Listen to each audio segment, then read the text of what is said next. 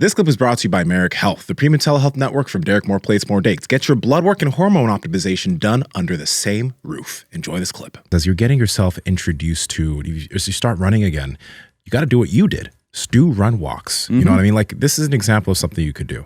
Let's say that you got your Apple Watch or whatever device you have and you want to go for a mile. Don't run the mile. Okay, do some light jogging for a little bit, then walk, and do it while keeping your breath in control. Don't get yourself out of breath. Don't kill yourself doing this, because what's going to happen is if you haven't been doing any type of running or jogging for a long time, you're going to feel after your first session or two, you're going to feel some pain on the bottom of your foot. You're going to feel some pain in your Achilles. Your calves might feel real tight, right? So you want to ease yourself into this volume. It's like if you went into the gym, you're not going to do fucking 20 sets of arms on day one. And when people start running, because it's such a normal movement, that's a place where more often than not, people bite off way more than they can chew. And they're like, oh, fuck, my knees hurt, my hips hurt, my back hurts.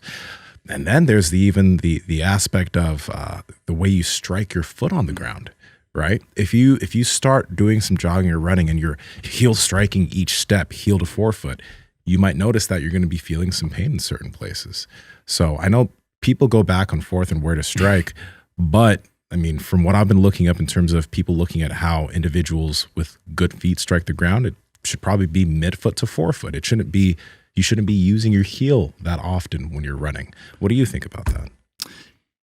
If you can't do it barefoot, then it's not natural, right? Like take that for whatever it's worth. Like if you're going to run barefoot, then you are going to run quite differently. Yeah. It's going to mainly be on your toes. However, like it doesn't make sense to try to run around everywhere barefoot. Oh, no. You know, the blacktop and the concrete concrete itself isn't a natural thing.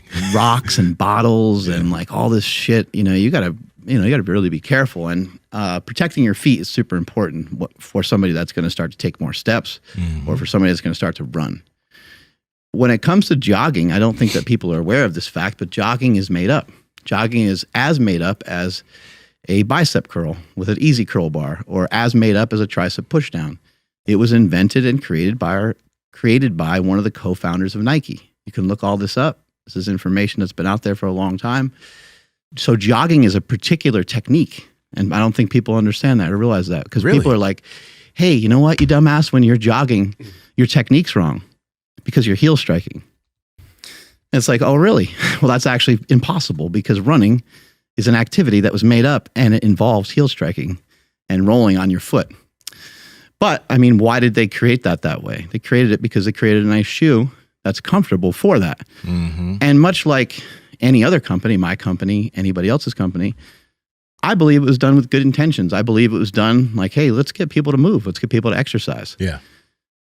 What's one of the toughest things with people running is like it hurts their feet. It hurts their lower back. It hurts their knees. Well, let's give them a good cushion to run on. So I don't think it was just a profit thing. I don't think the guy was like, let's make tons of money and let's do this whole thing this way.